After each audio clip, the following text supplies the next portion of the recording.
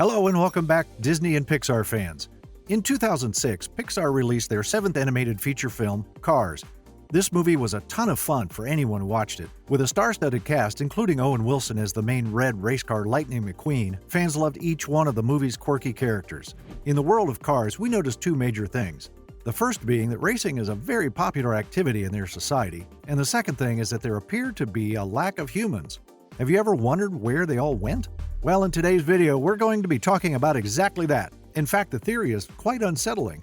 You have been warned.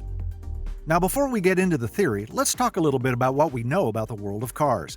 One detail that's important to discuss is the fact that cars still have features that would only be used on humans. Features such as windows surrounding the entire car, not just where the eyes of the car are.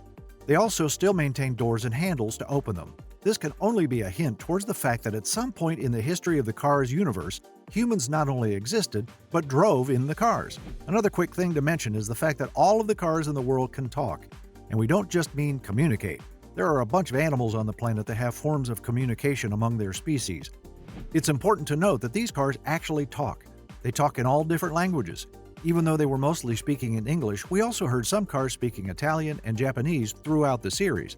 One can only assume that the cars either were programmed to speak by humans or somehow learned to speak the language. This even goes a bit deeper when you begin to examine the different cultures that we see through the various cars. When you take a look at the world they live on in the movie, it's pretty apparent that it's the same Earth that we're familiar with, and the countries that reside on their planet are exactly the same as ours. Down to the accents and the traditions, the cars clearly took a lot of their inspiration and information from their human counterparts. This brings us to the first part of our theory, which begins with the fact that the Cars universe is in fact our universe. No one can be certain when the franchise takes place, but some think that it could be more than tens of thousands of years in the future on the very planet we walk on today. As we mentioned before, it's fairly clear that humans either existed or still exist in the Cars universe. We'll talk more about that possibility in a little bit. However, if humans hadn't designed the cars in the Cars universe, then there would be no reason for them to have developed windows and doors. All of those features are only useful to something or someone who is either in the car or trying to get inside it. If humans hadn't been around, the cars wouldn't need a door that can open for passengers. This then begs the question, so where are the humans? Well, if the fans of this theory are correct, the answer is a little disturbing. As it's been made clear, humans clearly existed at some point or another, but what if they never left? What if the humans are still around? Also, how did the cars manage to become sentient beings with personalities and emotions? I mean, they follow our cultures closely, so would it be too far-fetched to think that humans never left? Well, this theory supports this and a little more.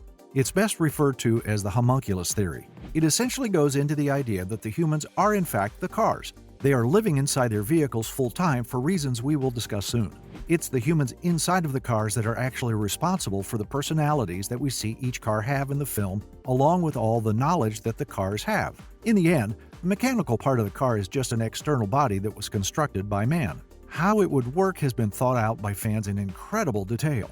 The body of the car would act as an exoskeleton for the humans. The car would be equipped with a traditional drivetrain for automobiles, and the human would essentially be installed into the car as a sort of bioengineered base, kind of like the car's circulatory system.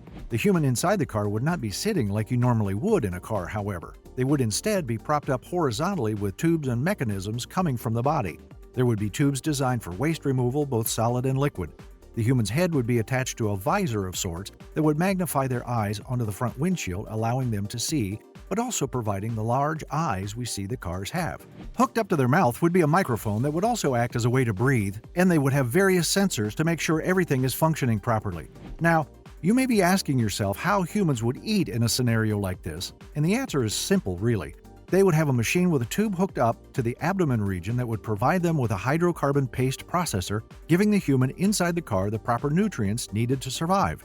To steer the car, a brachial steering interface would need to have been installed, as well as a neural interface that would be hooked up to all of the car's electrical systems.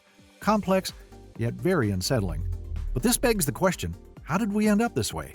Much like the boom in technology that we're seeing in our own day-to-day lives, the humans thousands of years before cars took place were beginning to figure out the idea of autonomous vehicles. As of right now, the most common self-driving vehicles come in the form of Teslas, which have autopilot functions that allow the driver to relax a bit and let the car do the work. Much like most things that make life easier, humans eventually began to depend more on them. It wasn't long before every car in the world was a self-driving vehicle, leaving the humans with the ability to relax and go about their daily lives while the cars drove them to their destination.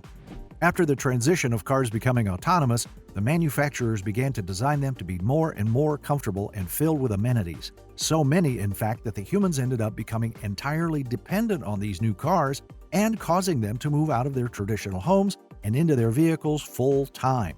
At some point in the history of the Cars universe, catastrophe struck. No one could be sure of what that was, whether it was some sort of natural disaster or something more apocalyptic. The only speculation is that whatever it was ended up killing almost every living thing on the planet. The only survivors of the event were the people who had been inside their cars at the time and were smart enough to stay in them and out of danger. Now, whatever had come through and wiped out life as we know it must have left some sort of lingering effects. Whether it be in terms of air quality or some external force, something made it dangerous for the humans and any other surviving life form to leave the safety of their vehicles. This also explains why we don't see any animals in the Cars movies. Earth was no longer suitable for them, and they died off along with the other humans that weren't in their protective vehicles. This is eventually what led to the creation of the cybernetic tech that we spoke about earlier, putting humans and cars on the same pathway in terms of evolution, and thereby changing the course of the future into the one that we see in Pixar's Cars. As more and more time passed, the humans became more and more reliant on the cars, just as the cars relied on the humans for maintenance. This created what in nature is known as a symbiotic relationship. As time went on, things began to become as normal as they could with everyone living in cars full-time. And with this full-time living came only more upgrades for the pair, including more in-depth way systems along with more cybernetics. Over time, a problem began to develop in terms of population. With the humans unable to leave their new vehicular homes, they needed to find a new way to reproduce.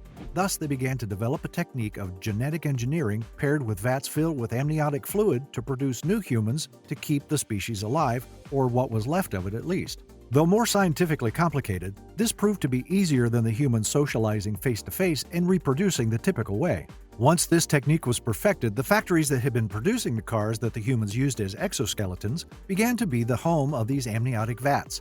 That way, as soon as the human was finished being created, they would immediately be installed into their new home. Much like snails and hermit crabs, as the humans grew, it would have to leave its smaller home and be installed into a bigger, more fitting car. With a dwindling food source but an overwhelming amount of fossil fuels, the people developed a machine that essentially converted the hydrocarbons found within the fossil fuels into a nutrient-rich and sustainable food source for the human, which meant that when the cars gassed themselves up, they were also providing nourishment for the humans inside them. Once the brain had been interfaced with the cars more properly, the personalities from their inhabitants began to bleed through more and more. This, coupled with the inner workings, which allowed the humans' limbs to steer and adjust the individual suspension of each wheel, the cars began to become more anthropomorphized. This is why the human cars appeared to maintain our world's cultures, even though the world as a whole had changed dramatically. It was the humans keeping the cultures and languages alive, along with the cars keeping the humans alive. After lifetimes of living inside vehicles, the humans' bodies began to change. Their growth began to become more and more stunted, and though the bodies were filled with the proper nutrients, the lack of muscle work and sunlight led to a very emaciated look. This is why we never see the doors open, not even for a second, for the humans to see each other. At this point, the sun would probably do more harm than good. Some even speculate that a lack of convertibles would hint that if a firearm were to be presented and hit a human within a car, the human and the car would die. This would also mean that the windows were most likely bulletproof and very thick, making it necessary for them to design a magnifying lens to help the humans see and give them better peripheral vision. Though this theory comes off as extremely unsettling, you have to admit it has a lot of depth and validity. What do you think? Are the cars actually homunculi? If so, does this change the way you look at Pixar's Cars? Be sure to let us know. That's all, Disney fans. Let us know what you thought of this video in the comments, and like and subscribe for more magically packed videos.